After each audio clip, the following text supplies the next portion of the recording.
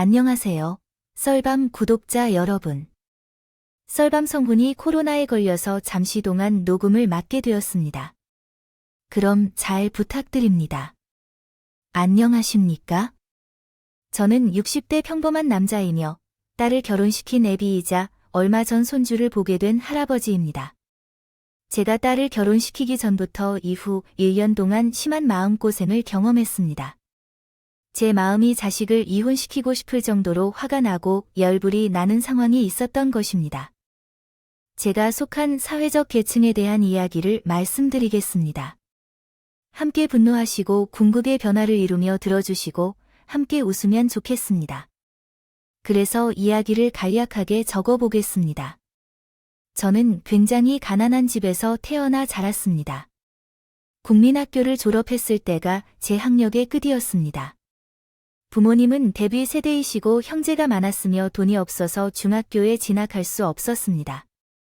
14살 때 구두 닦기부터 노가다 일을 하며 중국집에서 일했습니다. 한 푼씩 모아가면서 나이를 먹었습니다. 하지만 크게 성공하겠다는 다짐으로 열심히 노력하며 밥을 참고 잠을 줄여가며 노력했습니다. 살아왔습니다. 그렇게 해서 20대 청년이 되었을 때 제 목표보다 더 많은 돈을 모았고 꿈꾸던 중국집을 운영할 수 있었습니다. 주방을 맡아 음식을 만들고 배달부 2명을 고용하여 가게를 운영했어요. 그 당시에는 중국집이 지금처럼 곳곳에 많지 않았기 때문에 장사가 잘 되었습니다. 그러다가 제 나이가 30이 되었을 때 주변에서는 왜 결혼을 하지 않고 혼자 사느냐는 말을 들었습니다. 제가 독신주의자는 아니지만 14살 때부터 계속해서 일하고 살아서 여자를 만나는 방법도 모르고 결혼은 먼 나라 이야기 같았습니다. 생각조차 하지 않았습니다.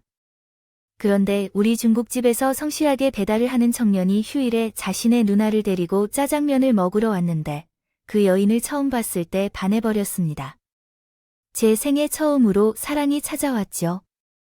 저는 두 손이 벌벌 떨리며 짜장면과 국만두를 테이블에 올려놓았는데 그 여인이 제 마음을 눈치채는지 샅샅이 웃으며 쳐다보았습니다. 그래서 배달부 동생에게 제 마음이 너의 누나를 향하고 있다고 먼저 고백했는데 다행히 저를 좋게 봐주셔서 고마워하며 정식으로 자리를 만들겠다고 하였습니다. 며칠 후 우리 중국집에서 제외된 그녀는 세상 누구보다 눈이 부시게 아름다웠습니다. 이 여인이 제 아내가 될 것이라는 것을 그 순간 알게 되었어요. 저는 공식적으로 교제해보자고 고백했고 그녀는 제 마음을 한 번에 받아주었습니다. 순진하고 천진난만한 모습이 귀엽고 성실한 사람 같아 만나뵈기로 했습니다. 이렇게 우리 두 사람은 넉 달 정도 연애를 하게 되었고 곧바로 결혼식을 올렸습니다. 아내와 함께하는 것은 꿈만 같았고 이런 행복을 누릴 자격이 있는지까지 생각했어요. 그녀는 제게 너무나도 소중한 여자라 보기만 해도 아까웠습니다. 우리는 신혼 때 금실이 너무나 좋아서 결혼한 지 5개월 만에 아이가 생겼어요. 아버지가 될 것이라는 생각에 2배로 열심히 했죠. 중국집의 매출을 높이려고 전단지를 매일 돌리는 것은 물론이고 멀리 있는 동네까지도 가능한 한 방문했습니다. 주문을 받았습니다. 이듬해의 딸이 태어났을 때 방 2칸짜리 주택에 세를 들여 살기 시작했습니다. 주인집 어르신이 저희 식당의 단골이라 반갑해 주셨어요. 몇 년 더 고생해서 아내와 딸에 진짜 우리 집을 선물해주는 것이 목표로 거의 쉬지 않고 일만 했습니다. 그런데 딸이 3살이 되기 전에 아내가 아프기 시작했어요. 소화가 안 돼서 자주 약을 먹었지만 몇 주가 지나도 낫지 않아서 병원에 가서 검사를 받았더니 위암이라고 하더군요. 암세포가 다른 장기까지 퍼져 수술을 할 수 없을 정도라고 알려주었고 항암 치료로 연명하는 것 외에 다른 방법이 없다고 했습니다. 하늘이 무너지는 기분을 알게 된 건 제 아내가 제 곁에서 천년만년 살 것 같던 그녀가 곧 세상을 떠난다고 말했을 때였습니다. 그 순간 가슴이 찢어질 듯 아팠습니다. 병원에 입원 중이던 아내는 한 차례 항암 치료를 받았지만 너무 힘들고 아파서 다음 치료를 받을 수 없다며 집으로 돌아가자고 했어요. 하루라도 더 살 수 있게 해주고 싶다고 말했지만 아내는 편안히 쉬어가고 싶다며 작은 목소리로 부탁했습니다. 결국 아내의 뜻에 따라주기로 하고 퇴원하여 집으로 데려왔습니다. 그리고 보름이 지난 후 아내가 세상을 떠나셨습니다. 그때부터 저는 조금씩 망가지기 시작했습니다. 중국집을 운영하다가 결국 폐업하게 되었습니다. 저는 집안에서 딸을 돌보는 일 말고는 아무것도 하지 않았어요. 무기력한 몸으로 억지로 육아를 했었죠. 일주일에 2~3번 가게를 열고 나머지는 집에서 딸을 돌보았습니다. 딸이 조금 커서 유치원에 다니게 되었는데 이런 시간에도 중국집을 다시 열지 않고 아예 폐업했습니다. 지출로 벌어들인 돈을 생활비와 딸의 양육에 써서 금세 돈이 바닥났어요. 나중에 쌀을 사려고 했는데 돈이 부족해서 너무 한심한 마음이 들었습니다. 아버지로서는 당장 쌀을 살 돈조차 없다는 게 말이 되지 않아요. 그때부터 각성하여 다시 힘을 내기로 했어요. 다시 찾은 일은 중국집 배달원이었어요. 급하게 일자리를 구하려 했더니 때마침 새로 오픈한 중국집이 생겨서 거기로 들어가 도되었어요. 그래서 다시 한 푼 높은 돈을 모아가며 인생의 전성기를 찾아가기로 계획했습니다. 가난하더라도 딸아이를 그렇지 않게 키우는 것이 저의 최종 목표였어요. 그러나 제 딸은 저희 유전자를 받아 그런지 돈을 허투루 쓰지 않고 아끼고 저금하는 것이 습관이 되어 성장하는 내내 사고 싶은 것을 사가지 못하고 먹고 싶은데도 돈을 쓰는 것을 거의 못했다고 말해주었습니다. 새끼 밥만 먹어도 충분하다며 제 딸처럼 말하면서 억지로 교육시키거나 시키지 않았지만 바르게 성실하게 자라주니 고마웠습니다. 중국집 배달부가 아닌 다른 아르바이트도 했었고 시장에서 떡 배달 아르바이트도 하였으며 밤에는 대리운전도 했습니다. 주말에는 일이 없을 때는 공사장에서 노가다도 했습니다. 아래 보호자가 없었기 때문에 어떤 일을 하든지 자신만만했습니다. 그렇게 수십 년이라는 세월이 흘러 제가 60대 중반의 나이가 되었고 딸은 어느새 30대 초반이 되었습니다. 딸은 이미 20대 중반에 구급 공무원 시험을 합격하여 동사무소에서 근무했습니다. 돈을 부족하지 않게 모으기도 했고 몸이 많이 상해서 편한 건물 경비 직업으로 일하게 되었습니다. 딸이 제대로 자라고 있고 제가 밥벌이를 하고 있으니 몸고생을 하지 않기로 했습니다. 그리고 딸에게 4년 동안 만난 멋진 애인이 있었습니다. 그 청년은 대기업 직원으로 훤한 인물이었고 오랫동안 지켜보았습니다. 딸이 사귀는 이 청년을 보고 있으면 딸이 잘 될 것 같아 걱정이 덜한 마음입니다. 그래서 진작부터 사위로 맞아들일 생각을 하고 있었는데 결혼을 하겠다는 딸과 예비 사위의 허락을 받게 되었습니다. 저는 그 넷이 아주 만족스러워하며 즉시 사위에게 이서방이라고 부르며 상견례를 빨리 치르려고 했습니다. 그래서 얼마 후에 제 딸과 사위, 그리고 안부모님이 만나 상견례를 진행했습니다. 박하사님도 자신의 아내처럼 세상을 떠난다는 소식을 듣고 같은 아픔을 통하는 것을 느낄 줄 알았습니다. 그러나 안모치님이 자리에 앉으시고 나를 만나자마자 확연한 걱정을 드러냈습니다. 사돈, 이번이 처음 봬요. 반갑습니다. 누구가 반가워하라고 했습니까? 라고 말하시더니 여기가 강남 최고급 한식당이며 상견례 자리인데요. 격식에 맞게 입고 오셔야 하는 게 아닌가요? 세상에 그 후줄근한 티셔츠는 무엇인가요? 그리고 무릎이 나온 바지는 무엇인가요? 머리도 염색하고 단정하게 하고 나와야 하는 게 아닌가요? 사돈은 제가 만만한 줄 아세요? 아닙니다. 생각이 짧았습니다. 평소에 입고 다니는 대로 나오는 게 자연스럽고 좋을 것 같다는 생각을 했습니다. 양복이 없어서 이렇게 입습니다. 아이고, 그러면 애들 결혼시킬 때도 양복이 없다고 핑계를 대고 이렇게 나오실 건가요? 정말 보이지 않네요. 죄송합니다. 오늘만 좀 봐주십시오. 다음부터는 단정하고 격식에 맞게 입고 다니겠습니다. 사돈. 기분을 푸실 거라고 생각했는데 식사를 하기 좋은 곳이에요. 여기가 강남에서 제일 좋다고 하더라고요. 비싸면서도 좋은 곳인가요? 네, 여기는 제가 자주 가는 곳이에요. 음식뿐만 아니라 서비스도 최고예요. 어쨌든 인사는 끝났으니 밥 좀 먹기로 하죠. 사돈은 제 옷차림을 마음에 들어하지 않은 모양이더라고요. 마치 짜증을 터뜨린 뒤에야 식사를 하더라고요. 사돈의 말투가 조금 나빠 보였지만 제가 이렇게 간 것도 문제가 있었겠다 싶어서 수긍하고 좀 더 친절한 말투로 하려 노력했어요. 정말 맛집이네요. 사돈 덕분에 오랜만에 보쉬를 즐기네요. 바가 두시나요? 생긴 대로 논다더니 답을 얻어먹으시려고 나온 것 같네요. 알겠어요. 제가 낼 테니 실컷 배 터지게 많이 드세요. 뽕을 뽑는다고 생각하고 드시라고요.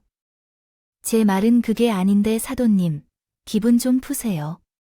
제가 못 배워서 무식하고 눈치가 좀 없습니다네. 그런 거 같아서 이해하려고 노력 중이에요. 제 노력에도 불구하고 사돈님은 불만이 가득했습니다. 이윽고 딸과 사위의 결혼 준비에 대해 의논을 시작했는데 사돈님께서 조금 과분한 욕을 하셨어요. 사돈하는 추락 예나는 제가 수첩에 적어왔어요. 이거 보시고 맞춰줄 수 있는지요? 확실한 대답은 네입니다. 딸의 결혼에 무엇을 도와줄 수 있겠습니까?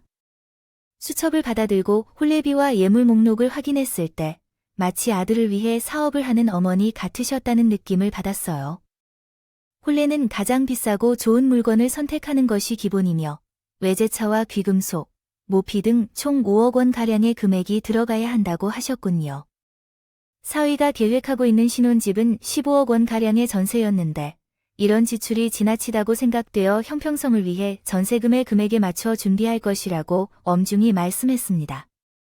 그런데 그 결과 사돈은 심한 눈길로 생각대로 말린다고 하셨다. 교육을 받아 대기업에 다니는데 제 아들을 궁여사로 데려가겠다는 말이죠.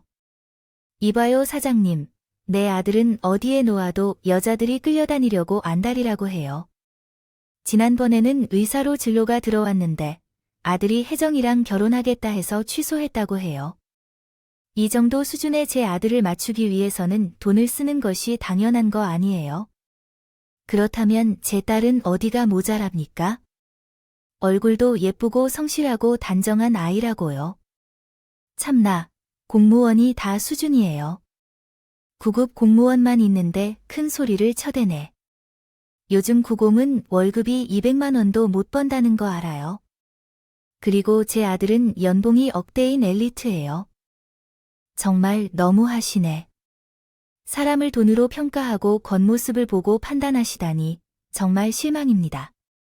이 서방이 인품이 훌륭해서 사돈도 같은 사람일 줄 알았는데 제가 제대로 착각했네요. 천박해서 저는 들어주지 못하겠습니다. 뭐야, 지금 나한테 천박이라고 했어. 이 찌질한 노친네가 어디서 뻔뻔스럽게 큰 소리야. 이봐, 내 딸 같은 애는 길거리에 나가면 유명했어. 내 아들이 하도 좋다고 해서 억지로 허락하려고 나왔는데 당신을 보니 절대 허락해주면 안 되겠다. 이 결혼은 무효야. 그래, 나도 당신 같은 여자가 내 딸 시어머니가 되는 건 싫어. 이 결혼은 무효야. 끝내 내 거퍼애가 폭발해 몸을 일으키고 일어났다. 도치 이치 어그리프민 탁터 M 핸드절렁 UND 브레치트 SIE 낙하우스 인 메이넘세어 아우프거브렉턴 UND 어레그턴 저스탠드 세그티 민 탁터 키노트 이치 와이스닉트 워즈 SIE 펄트 에버 SIE 오어 아우프 제던 폴 디제건 에버메인 쉬저산 캠제던 태그 지오미어 니트시치 인트스콜 디진드니더 UND 플레인 미치안 민 탁터 지오 에리턴 오니 1인 쉬저베이터 캔 ES 닉트 펑션 이런 SIE 캐넌이어 쉬지레턴 거트 LA 이스트 킨 핸델은 반 죄이 퍼서넌 썬던 반 팹니 지오 팹니 이치 캔 다익 닉트 ALS 틸미너 팹니 악세프티에런 더위 디인 머터 이스트 올소 버서치 다인 허스 슈넬 지오 아프넌 다른 여자를 찾아보세요. 될 수 없어요. 회정이 없으면 빈 껍데기에 불과하다는 거죠.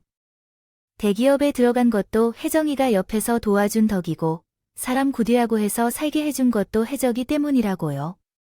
그런데 그 여자랑 헤어지라니 못해요. 차라리 접시 물에 코 박고 세상 하직하는 게 낫겠어요. 이 사람아, 나만 반대하는 게 아니라 자네 어머니도 반대하고 있지 않은가? 괜히 억지로 부리지 말고 그만 나가. 결혼은 틀렸어.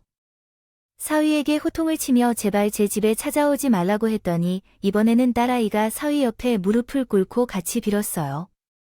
아빠. 오빠 어머니께서 마음을 바꾸셨다고 아빠를 다시 만나기로 했다는 얘기를 들었어요. 이제 아빠만 마음을 바꾸면 되는데 나는 오빠와 결혼하게 해주세요. 사돈이 마음을 바꿨다고 참나. 진짜 모르고 계시는 분이네요. 싫다고 난리를 쳤다가 이젠 결혼을 허락하겠다고 하더라고요. 상견례를 다시 하겠다고 했다는 말이에요. 저는 환장할 것 같았어요. 사도가 아니면 곧 결혼시키겠지만 그런 재준의 밑에서 딸이 고생할까봐 걱정이 더해 결정을 내리기 어려웠어요. 그래서 며칠 생각할 시간을 달라고 했는데 딸과 사위는 매일 무릎을 꿇고 허락을 구했습니다. 로미오와 줄리엣도 울고 갈 사이였기 때문입니다. 그래서 저는 어떻게 해야 할지 모르겠었습니다. 딸과 사위가 죽고 못 산다고 말하자 두 손과 두 발을 들게 됐습니다. 그렇기 때문에 며칠 뒤에 상견례를 다시 하기로 했는데 사돈은 여전히 미소 없이 보였어요. 양복을 사서 입었고 머리를 염색해서 나갔지만 그를 보세요. 마치 벌레를 보는 듯이 쳐다보더군요. 제 마음은 지금이라도 돌아갈까 고민했지만 딸과 사위의 간절한 눈빛을 보며 마음을 닫고 자리에 앉았습니다. 그리고 어색하게 식사를 하고 결혼 준비에 대해 다시 이야기를 나누기 시작했는데 이번에는 다른 이해할 수 없는 요구 조건을 언급했어요. 조건을 변경하기로 결정했습니다. 사돈엘은 형편을 생각하지 않고 말씀드린 거예요. 죄송하게 생각해요. 말에 씨가 있는 것 같지만 알겠습니다. 그러면 조건을 어떻게 변경할 건가요? 새로운 얘기를 해서 함께 살 것이에요. 물론 평생은 아니고 한 3년 정도예요. 혜정이가 사연임을 못하니 배워야 할 것도 많고 제 아들이 돈을 더 모아서 전세가 아닌 자가로 집을 마련할 수 있는 형편이 될 때까지만 전해드리고 있을 거예요. 이게 제 조건입니다. 요즘에 누가 시집살이를 하는가요? 사돈을 어떻게든 아들을 얻고 사업을 하는 생각인 것 같은데 그만 좀 하세요. 권유합니다. 이럴 줄 알았어. 말이 통하지 않네. 그럼 결혼은 어떻게 할까요? 각자의 길을 갑시다. 저는 딸을 시집살이 시키는 것은 결코 용납할 수 없어요. 여기서 끝내기로 결심했습니다. 그러나 제 딸은 제게 애원하며 제발 허락해 달라는데 이대로 나가면 사위와 도망가서 살 거라는 막말을 했대요.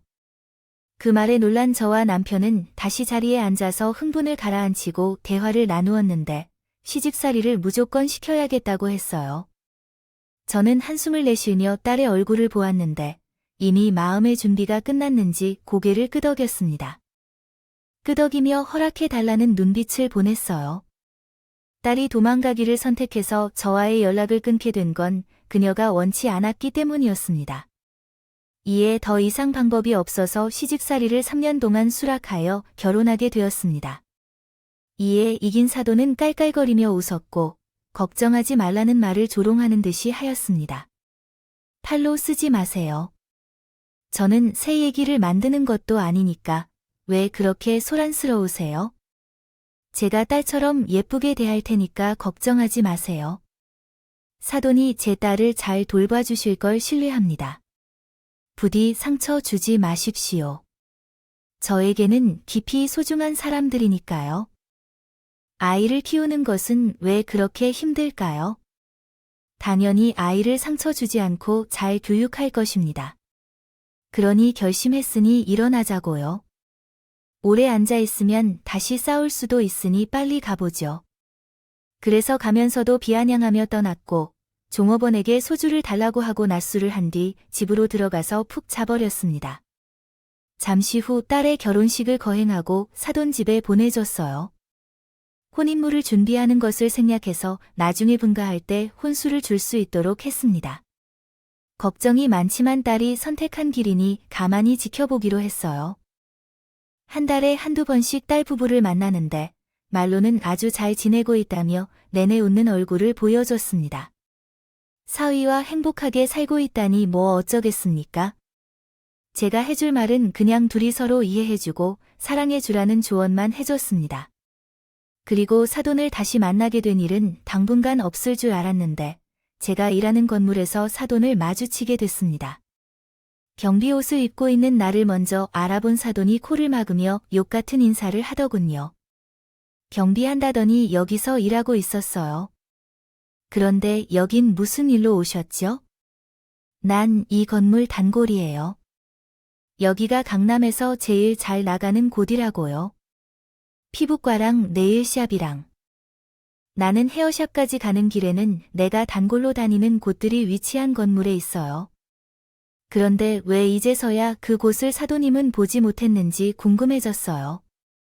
아마 마주치지 않는 것이 서로에게 더 나았을 거라고 생각해요. 사돈님은 역시 기분 나쁜 태도로 무시하면서 대충 인사하고 경비실로 들어간 것 같아요. 그날 이후로는 일주일에 한두 번씩은 꼭 마주치게 되었습니다. 어느 날은 사돈님이 없는 척 지나갈 때 갑자기 찢어지는 목소리로 내 이름을 불러 세우더군요. 왜 그러세요? 인사를 매일 해야 하는 건가요? 라고 물었더니 사돈님은 고개를 숙이며 그냥 볼 일이 있어서 왔어요. 누가 여기서 인사하세요? 라고 말했어요. 그래도 복도 바닥이 끈적거려서 조금 불편하더라고요. 경비는 멀뚱하게 서서 있어야 해요. 월급을 받으면 일을 해야겠죠. 얼른 바닥을 닦으세요.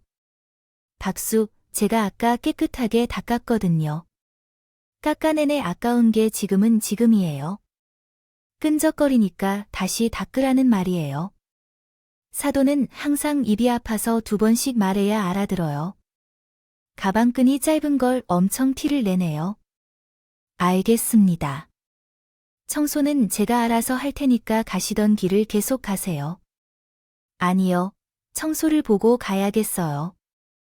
볼일을 보고 다시 내려왔을 때 또 바닥에 끈적거리면 기분이 언짢을 것 같아서요. 사돈은 저에게 갑질을 하려는 것 같아요. 마음먹은 대로 청소를 하도록 만들었죠. 원래 하는 일이라 커지면 좋지 않을 것 같아 사돈의 지시대로 대걸레로 바닥을 닦았습니다. 그러자 재미를 붙였는지 사돈은 제가 하는 건물에 매일 나타나 갑질을 한다고 했습니다. 엊그제 미용실에 다녀온다며 또 미용실에 왔다며 아는 체를 했습니다. 그렇게 놀지 말고 건물 앞에 담배꽁초나 주워주세요. 더러워서 이 건물에 들어오고 싶지 않다고 하네요. 네, 알겠습니다. 지우도록 하겠습니다. 오늘도 확인해주세요. 응. 그렇다면, 그렇게 하세요. 또 다른 날에는 복도등이 너무 어두워서 밝은 조명으로 교체하라고 짜증을 냈고, 어느 날에는 엘리베이터가 왜 이렇게 느린지 물었습니다. 승진도 내기도 했어요. 겨우겨우 참아가며 일했죠. 그런데 갑자기 비가 쏟아지는 시간에 사장님이 나타나 또 갑질을 하더라고요. 그리고 비가 오면 실내가 습하지 않게 에어컨도 틀어놓고 입구에 발판도 놓고 우산과 비닐을 비치해주세요.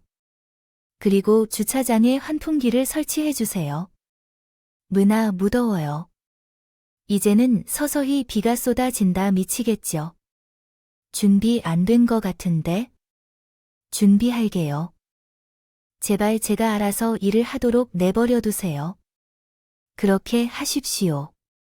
혹시 나한테 갑질하는 건 아니겠죠? 최근에 뉴스에 나오는 사람들처럼 갑질이 아닌가 걱정되네요. 그런 사람들과 동급이 되긴 원치 않으시면 부디 제발 그냥 내버려 두세요. 뭘 하고 계신 건데요? 경비 아저씨, 지금 제게 하는 행동이 갑질인 것 같아요.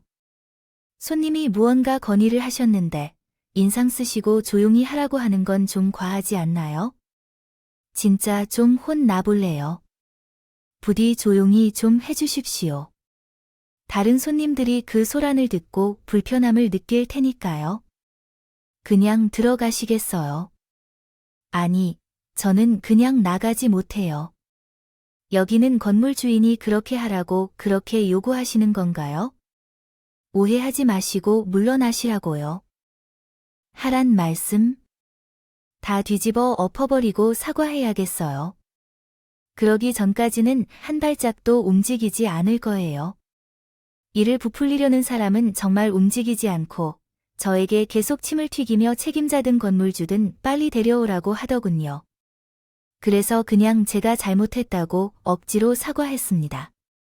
허리를 90도로 굽히면서 말이에요. 아니요, 손님 죄송합니다. 건의하신 내용은 제가 다 해결하겠습니다. 그러니 용서해 주시고 이해해 주세요. 잘못을 인정하고 보는 눈도 있으니 오늘은 그만하고 돌아갈게요. 대신 다음에도 불친절하고 막 나오면 진짜 혼나실 줄 아실 거예요. 네네, 알겠습니다. 손님, 들어가세요. 사람은 사과를 받아내서 이겼다는 승리의 미소를 먹으면서 엘리베이터를 타고 올라갔습니다. 앞으로는 그냥 돼지나 소화대화한다고 생각하고 무조건 져 주기로 했습니다. 그런데 며칠 뒤 사돈이 이번에는 친구들을 데리고 건물 안으로 우르르 들어왔어요. 그때 저는 경비실에서 문서 작업을 하고 있었는데 복도에서 큰 목소리가 들려 사돈이 온 걸 알게 되었죠.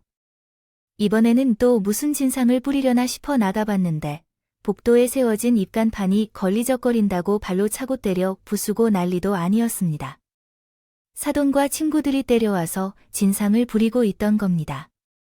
거기까지는 그냥 소규의 경일기인데요. 침착한 목소리로 그만하라고 말렀습니다. 그런데 사돈과 일행들은 멈출 줄 모르고 입간판을 때려 부수더니 저에게 쌍욕을 하더군요. 사돈이 저에게 이유가 뭔지 도무지 모르겠더라고요. 어이, 경비 내 친구가 입간판에 걸렸어. 당신의 머리에 뭔가 됐어? 이런 건 당신이 알아서 한쪽으로 치워놔야지. 사돈은 이러지 마세요. 일간판을 세우는 건 상인들 마음이죠. 제가 마음대로 치울 수 있는 게 아니라고요. 뭐야, 지금 변명하는 거야? 넘어진 내 친구한테 사과부터 하고 시정하겠다고 해야 되는 거 아니냐고. 여기 경비원이 잘못했어요. 당장 책임자를 불러야 해요. 싫어하지 마시고 친구분이 넘어진 건 부주의로 인한 사고예요. 억지로 논리질하지 말고 그만 볼일을 보러 가시죠. 사돈님, 경비원은 공과 사를 구분하지 못하나 봐요. 내 친구가 사무실을 관리하는 건물에서 넘어졌으면 미안해야지. 죄송합니다라도 해야죠. 국졸이라던가 무식한 척을 하는 것 같네. 너나 딸년이나 등신 머저리 같은 건 똑같잖아. 털 떨어진 놈, 이러한 농담에 대해 어떻게 대응해야 할까요?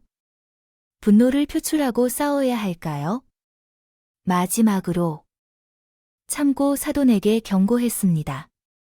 억지로 행태를 부리는 걸 다 알고 있으니 제발 그만하고 나가라고 말했어요. 그때 우리 건물 5층 어린이집에 아이들이 통학버스에서 내려와 손을 잡고 들어오고 있었습니다. 애들 앞에서는 그럴 일이 없겠다고 생각했는데 사돈은 아나 무인이라고 했어요. 어린아이를 보는 앞에서 제게 쌍욕을 더 심하게 하더라고요. 이 국줄 등신 경비료에서 겨우 먹고 사는 놈아, 손님은 왕이야. 이게 어디서 손님을 내쫓으려고 그래? 나한테만 많이 처먹으면 다야 대가리에 똥만 가득 찬 놈이라 끝까지 무슨 잘못을 한 것인지 모르겠지. 그냥 대가리 숙이고 사과부터 해. 그리고 판면 모두 치워버려주세요 사장님. 잠깐만 기다려 주십시오.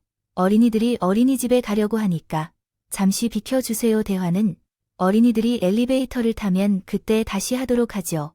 어린이들이 뭘 중요하게 생각하는지는 지금은 중요하지 않아. 우리가 먼저 기분을 잡아야 해요. 당장 머리 숙이고 사과해야 해요. 저는 답변하지 않고 먼저 아이들을 엘리베이터에 태웠습니다. 어린이집 선생님과 아이들에게 죄송하다고 사과하면서 이야기했어요. 그리고 다시 마주쳤습니다. 하지만 사돈이 제 귀를 때리려고 했어요. 경비원이 왜 이렇게 갑질을 하는지 모르겠지만 끝을 봐야 할 것 같았습니다. 이윽고 사돈이 삿대질을 하며 소리를 골래골래 질렀습니다. 여기 책임자 나오라고 그래. 내 친구 다친 거 보상받고 당장 내 주인을 부르라고. 예선은 사돈의 따귀를 똑같이 날려줬습니다. 그리고 모자를 벗고 다른 경비원들에게 손짓했습니다. 여기 손님이 사과를 원하시는 것 같으니 건물에 있는 모든 임차인들을 내려오라고 하세요. 제가 부탁했다고 전해주시면 내려올 겁니다. 그러자 사돈이 책임자만 부르면 되지. 왜 상인들을 죄다 불러 모으냐 며 따지더군요. 저는 이글거리는 눈으로 사돈을 노려보며 조용히 하고 기다리면 다 해결해 줄 테니 라고 경고했습니다. 5분 뒤에 1층 복도에 수십 명의 상인들과 의사들이 나왔습니다. 이제 나는 경비실로 가서 종이 한 장을 가지고 나왔습니다. 그걸 펼치며 사돈에게 이렇게 말했습니다. 자, 이거 보세요. 사돈아, 내가 여기 건물 주입니다. 작년에 매입한 건물이라고요. 말도 안 돼요. 사돈 어른이 여기 건물주라고 했습니다. 이거 위조된 건가요? 안 그래요. 저는 사돈의 말을 비웃고 상인들에게 큰 소리로 말했습니다. 여기 모여주신 임차인 여러분, 모여주셔서 대단히 감사합니다. 제가 누구인지 다들 아시잖아요. 제 물음에 상인들이 건물주를 어떻게 알지 못하느냐며 허허 웃음소리를 내었습니다. 그러자 사돈의 얼굴이 시퍼렇게 질리면서 눈밑이 파르르 떨린다. 내 정체를 밝히자마자 오금이 저리고 주저앉았다. 그래서 나는 상인들에게 부탁했다. 여러분, 제가 여기로 모일 이유는 이 건물에 나쁜 진실이 드러났을 때 받지 말라는 말을 전하려 합니다. 이 근처에 있는 손님은 불평을 자주 하셨지만 오늘 정말 극단에 이르셨다. 어린이집 아이들 앞에서 욕설을 내뱉으셨다. 이 여자는 얼굴을 잘 기억해 손님으로 받지 말고 거부해 주세요. 책임은 모두 나에게 있다. 내 이야기에 상인들은 웅성거렸지만 대다수는 어린이들 앞에서 욕설을 내뱉는 사람을 용납하지 않겠다는 대화였다. 나는 그 사람에게 제대로 이야기해 줄 것이다. 망신을 주고 기겁하며 도망치려 했던 거구나. 나는 가만히 구경하고 있었는데 오금이 저린 사돈은 두 발로 걸어서 나가지 못하고 내 발로 기어서 나갔다. 그리고 사돈 친구들도 얼굴을 가리고 주행남을 치더구나. 그래서 사돈이 내 건물에서 개새끼 진상을 드러내는 일은 더는 없게 됐다. 이른 시절에 나의 정체를 밝혀두었다면 이런 일은 생기지 않았을 텐데 하지만 사람을 학력이나 돈으로 등급을 매기는 사람들에게 구제자가 건물주라는 걸 알리고 싶은 마음은 조금도 없었어. 여하튼 사돈은 내 건물에 다시는 발을 들이지 않았어. 근데 사실을 말해주던 소녀가 또 내게 찾아왔다. 사돈과 싸운 것도 걱정이 되고 건물주라는 사실을 처음 알아서 많이 놀란 것 같았어요. 아버지께서 어머니께서 뺨을 맞으셨는데 괜찮아. 응, 나도 똑같이 한 대 날려주었다. 쌤쌤이지, 라고 하시더라고요. 어제 어머니가 집으로 내 발로 들어오셔서 깜짝 놀랐어요. 귀신이라도 보고 들어오는 줄 알았다니까. 그런데 아버지가 건물주라고 하시던데 그게 무슨 뜻인지 모르겠어요. 아버지가 강남에 건물을 샀다고 해서 왜 나한테 말 안 하셨을까요? 설마 제가 달라고 할까 봐서 그랬나요? 아니야. 내가 그럴 사람이니 라고 하셨어요. 난 그냥 조용했고 싶었어. 괜히 건물이 있다는 소리를 하면 주변에서 돈을 빌려달라고 달려들까 봐 아무에게도 말하지 않았어. 아무리 그래도 딸이 나한테도 비밀로 해. 나는 서운하다. 미안하다, 혜정아. 그 건물은 아빠가 평생 모은 돈과 내 엄마가 남겨준 보험금을 더해서 마련한 거야. 평생 내 엄마가 남겨준 보험금은 안 쓰려고 했는데 나중에 너에게 물려줄 것이니까 내가 큰맘 먹고 산 거야. 아빠가 먹을 것도 안 먹고 입을 것도 안 입고 모은 돈으로 마련한 건물을 내가 어떻게 받겠어? 아빠야, 나는 신경 쓰지 말고 아빠가 하고 싶은 대로 하고 살아요. 그리고 건물 주면 경비 일은 안 해도 돼. 사람이 일을 해야지. 나는 빨빨거리며 노는 것이 적절하지 않다는 뜻으로 아빠는 만족스러운 삶을 살고 있으니 걱정하지 말라고 했어요. 결혼 생활이 어떤가 물어봐도 좋다고만 하지 말고 솔직하게 말해봐. 사실은 많이 어려워. 어머니가 나를 종부리처럼 부려먹고 있고 남편이 도와주면 나중에 별개로 욕을 엄청 낼 줄 알아. 그래서 혼자 속으로 울고 있는데 나한테도 씨짜지를 하는 소리를 배웠어. 이 여편네를 어떻게 해야 할지 고민 중이야. 혜정아, 아빠가 무슨 수를 써서라도 분가시켜줄게. 이제 건물주라는 것도 밝혔으니 니들 신혼집을 내가 마련해주마. 아니야, 그래도 약속은 지켜야지. 또 아빠 눈으로 집 사는 건 내가 싫어. 실연부터 몇 달 동안 고생한 게 아까워서라도 남편이 마련하는 집에 가서 살 거야. 내 딸은 누구를 닮아서 이렇게 속이 깊을까? 꼭 세상을 떠난 엄마를 보는 것 같구나. 일단 알았으니까 조금 더 둔다면 어떻게 시어머니가 나오는지 말이야. 그런데 아빠랑 한바탕 하고 와서는 나한테 찍소리도 못하더라. 이 정도면 살만할 것 같기도 해. 아니요, 아버지는 더 큰 그림을 원하십니다. 기다려 주세요. 기회가 올 테니까요. 저는 속으로 한 가지 생각을 하고 있었어요. 사돈들과 함께 있을 때 나뉘던 대화가 하나 떠올랐거든요. 아마 부탁을 하러 저에게 올 것 같았습니다. 그런데 역시 며칠 뒤 사돈이 제게 자발적으로 찾아와서 사과를 하더군요. 사돈은 친한 반이를 최성했습니다. 매번 보일 때마다 함부로 대하고 막말했던 걸 진심으로 사과했어요. 정말 노력한 거라고 믿어요. 사돈이 사과만 하러 온 것 같지는 않아요. 네. 안녕하세요. 제게 주어진 텍스트를 기반으로 한국어 문법을 개선하여 다시 작성해 드리겠습니다. 아니요. 역시 콧물주에 능력 있는 분이시네요. 눈치가 빠르신 것 같군요. 당신은 존경받을 만한 어른이십니다. 사실 제가 친구들과 함께 개를 키웠었는데 제가 그 돈을 취업한다고 깜빡해버려서 급하게 돈이 필요했어요. 친구들에게는 조금만 기다려주면 이자를 더해서 갚겠다고 했거든요. 그래서 말인데 제게 도와주실 수 있을까요? 돈이 필요하다는 말이죠. 돈이 필요하다면 제가 많이 가지고 있어요. 그런데 격 떨어지는 나를 도와주다니 제 사람이 맞습니까? 처음에 사돈이 제게 넓게 한 번 하고서 정말로 어떻게든 해줄게요. 아닙니까? 옷차림과 겉모습부터 학벌과 직업까지 무식하고 격이 떨어진다고 말씀하신 걸 잊으셨어요. 그러더니 사돈이 제 앞에서 무릎을 꿇었죠. 죄송합니다. 무식한 년이 잘 알지도 못하고 까불었습니다. 사돈 앞으로 시키는 건 뭐든 할 테니 제발 제 사과를 받아주시고 돈을 빌려주세요. 사과는 생각해 보겠습니다. 돈은 얼마나 필요하세요?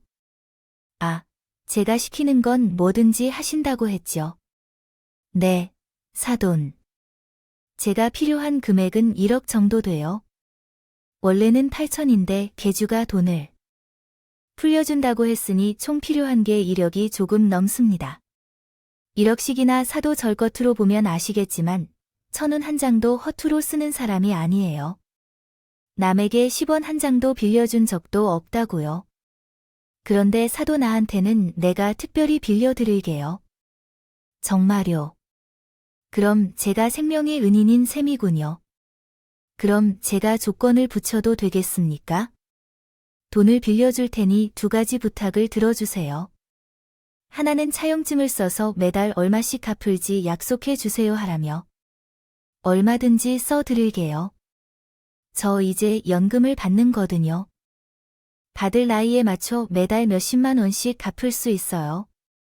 그럼 다행이네요.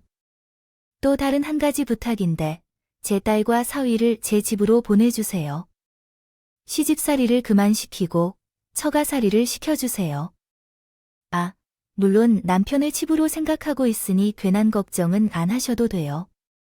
사돈은 상상도 못한 인물을 만나 놀란지 한참 동안 말이 없더군요. 그러던 중 다른 사람의 처가살이가 아니라 분가시키는 게 어떠냐고 하니 저는 다 집어치워 어떤 일로 할지 말씀했습니다.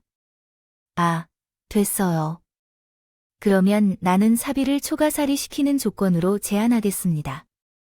아니면 돈을 빌려주지 않을 거예요.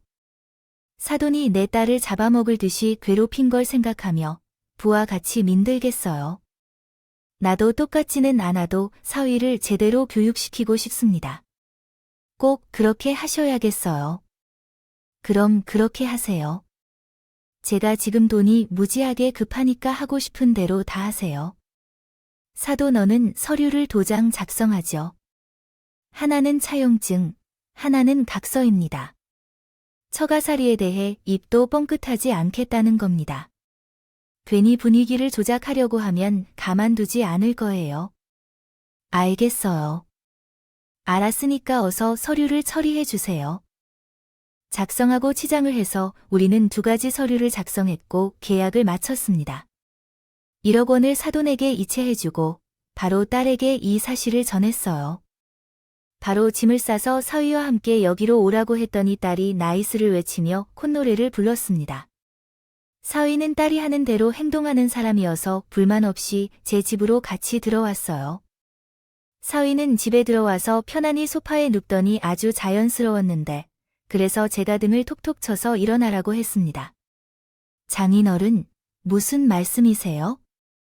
여기서 뭔가 하실 일 있으신가요? 내 딸이 저녁 준비하느라 벅차 있잖아. 안 될 거야. 오늘부터는 살림 일을 나눠서 계획표를 작성해야겠어. 남녀 따로 일하는 세상이 아니란 건 너도 잘 알겠지. 서로가 함께 해야 해. 예를 들어 남편도 된직한 끓이는 법과 김치 담그는 법을 배우고 함께 집안을 꾸미는 거야. 내가 집안을 맡게 됐다면서? 장인어른이 아는 게 없다고요? 문제 없어요. 괜찮아요. 자신 없으면서 누가 알려줄 사람도 없으니 혼자 배우고 실천하는 거지. 집에서 먹고 놀기만 하는 사람 없으니까 모든 일을 공평하게 나눠서 함께 해야 해요. 로테이션으로 돌아가면서 하자고. 만약에 어릴 때 내가 심하게 화가 날 거야. 사위든 뭐든 내 딸을 힘들게 하면 그 누구도 가만두지 않을 거란 말이야. 내 말 이해하냐? 그렇게 하자. 사위는 고개를 숙이며 낮은 목소리로 대답했다. 네, 장인어른. 로마에 가면 로마법을 따라야 해요. 시키는 대로 하겠습니다. 역시 대기업 다니는 사람이라 그런지 이해가 빠르네.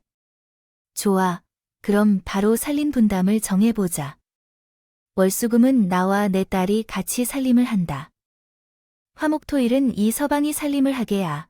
살림에는 청소, 빨래, 식사, 주방 관리 쓰레기 분리수거 등등 모두 다 하는 거야. 잠시만요. 장인어른과 집사람은 월수금에 같이 일하시고 저는 혼자서 화목토일을 다 하라고요. 내 말이 그 말이네. 내 딸이 그동안 자네 어머님 밑에서 개고생했으니 자네도 고생을 해봐야지. 그래도 난 인간적으로 자네를 대할 거야. 그러니 약속을 지켜주길 바라네. 혹시 싫다면 이 집에서 나가도 되네. 자기는 제가 혜정이를 두고 어딜 가겠어요. 알겠어요. 시키는 대로 제가 화요일부터 토요일까지 살림을 책임지겠습니다. 그래야지. 그리고 혹시 야근이 있으면 어쩌지 하는데 그럴 때는 집에 늦게 들어와서 얼렁뚱땅 넘어갈 경우 재미없을 거예요. 난 혼란스러운 일이 있으면 자네 혼란을 야기할 거라고. 그러자 사위는 풀이 죽은 얼굴로 알겠다고 대답했습니다. 그래서 우리 3사람의 동거가 시작되었는데 사위는 직장 생활을 하면서 최선을 다해 살림까지 잘 해냈어요. 얼씬을 잘 따르는 친구이니 계속 교육해 나중에 분가하게 되면 딸아이와 똑같이 집안일을 분담하도록 만들 생각이었어요. 몇 주 후에 사돈이 우리 집을 방문했어요. 제가 빌려준 돈을 매달 갚을 때마다 집으로 오면서 일수도장처럼 확인도장을 받으라고 했거든요. 사위가 스스로 고생하고 있다는 것을 보여주려고 꼼수를 부렸죠. 토요일에 사돈이 돈을 가져왔는데 자기 아들이 주방에서 앞치마를 맨 채로 나오는 것을 정확하게 발견했어요. 아들아, 너 지금 뭐 하는 거야? 앞치마를 입고 뭘 하고 있어? 라고 말했더군요. 아들은 오늘 내가 살림하는 날이야 라고 대답했어요. 그러자 사돈이 말했어요. 내가 살림하는 날이라니 밖에서 힘들게 일하고 주말에 쉬어야 하는데 살림을 하는 거야? 엄마가 그냥 당번 같은 거야? 집안일을 분담해서 하는 거라고. 얼마나 혼란스러운 말인지 알 수 없어요. 사모, 이게 너무나도 심한 얘기야.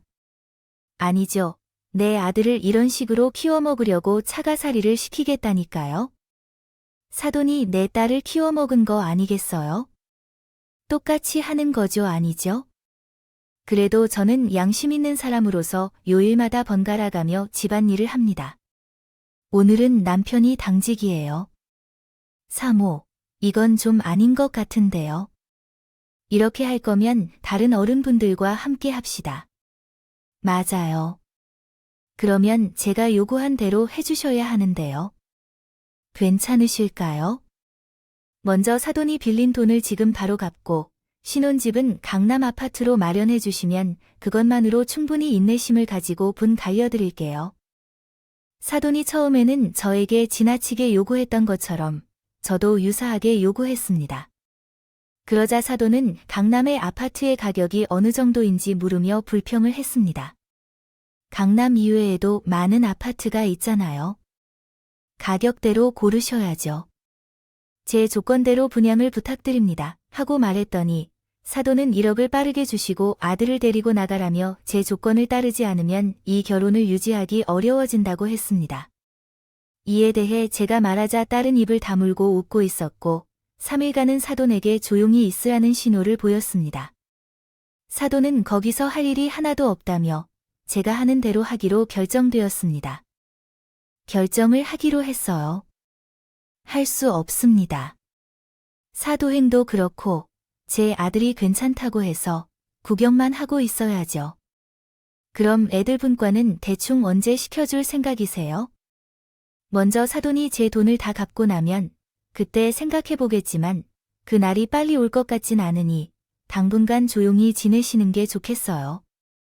제가 허허 웃으며 말했더니 사돈은 열불이 나지만 억지로 참는 것 같았습니다. 저한테 제대로 당한 것뿐만 아니라 당장 돈을 갚을 능력이 되지 않으니 제 말대로 기약 없이 처가살이를 계속하기로 했다. 그래서 글을 쓰는 지금도 사위가 회사를 다니며 살림도 하고 있어요. 딸과 잘 지내고 있습니다. 손주까지 나와서 식구가 하나 더 늘었네요. 사위는 돈이 들어갈 때가 늘어서 그런지 분과 이야기는 아예 꺼내지도 못하고 있습니다. 제가 집을 마련해 줄 거라는 기대를 하는 것 같은데 저희 재산은 오롯이 제 딸에게만 줄 것이니 괜한 기대를 하지 말라고 일러뒀어요. 딸아이는 제 집에서 살아보니 너무 편하다며 평생 살자는 말을 하고 있습니다. 그리고 사돈은 지금도 매달 저에게 찾아와 40만 원씩 빚을 갚아가며 비굴하게 지내고 있습니다. 앞으로 몇 년을 더 사돈을 더 괴롭히게 하고 있겠죠? 딸과 사위가 동시에 분가를 원하는 날이 오면 그때는 제 딸을 위해 강남의 아파트를 마련해 줄 생각이에요. 제 사돈과 겪었던 최악의 순간들부터 통쾌한 복수까지 모두 숨김없이 적어보았습니다. 겉모습만으로 사람을 평가하는 것은 이렇게 혼쭐을 내줘야 합니다. 그럼 재밌게 들어주셨을 거라고 믿고 이만 글 줄이겠습니다. 고맙습니다.